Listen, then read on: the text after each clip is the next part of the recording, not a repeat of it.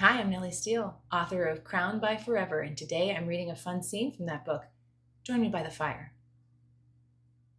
I yanked the stethoscope from my ears and looped it around my neck. My eyes locked on the floor. I tried to still the tremor in my hands. I cleared my throat and jotted down the vitals I'd just taken on the chart. Well, the gruff voice made me startle. I slid my eyes closed for a moment before I plastered a grin onto my face. I reminded myself that as a doctor, bedside manner was vital to my work. I stopped myself from being reactionary. Looking good. I frowned at the answer as King Victor rolled down his sleeve and clasped it with a diamond cufflink. You're really making some wonderful improvements. I'm pleased, I said, trying to make sure my voice didn't shake. The king set his dark eyes on me, so very much like Nattie's, but so much colder and more calculating. I can imagine you are, Doctor. I knew exactly what he was getting at. It had been painfully obvious since the moment I'd been introduced as more than the man who had saved his life.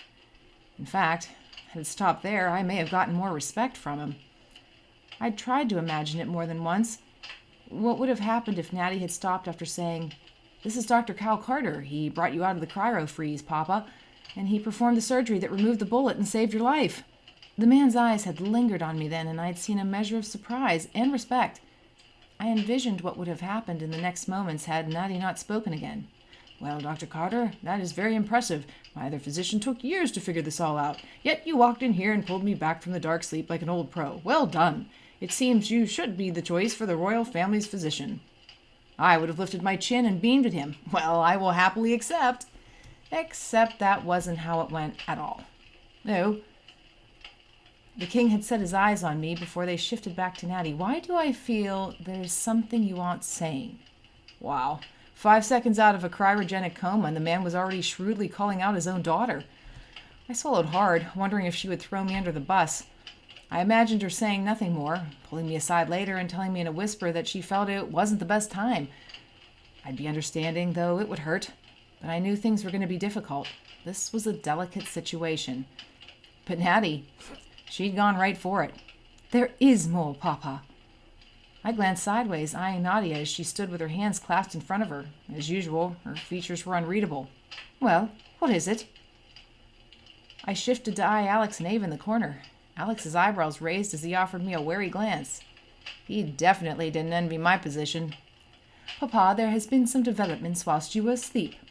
"Oh, undoubtedly your snake of a brother has attempted a chokehold on the throne." "Yes," Nattie answered, "and he nearly succeeded." "It remains to be seen if he will succeed," Nadia added.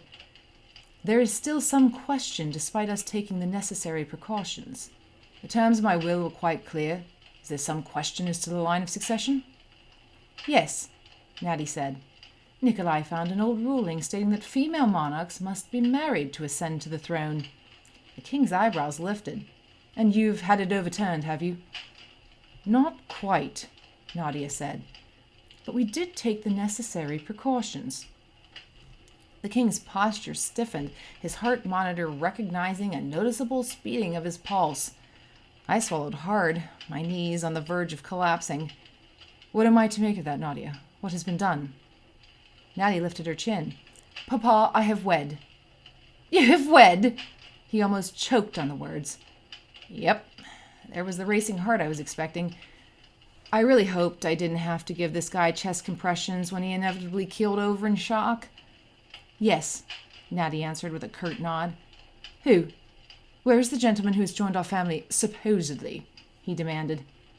Nattie licked her lips, tilting her head slightly as she reached for my hand.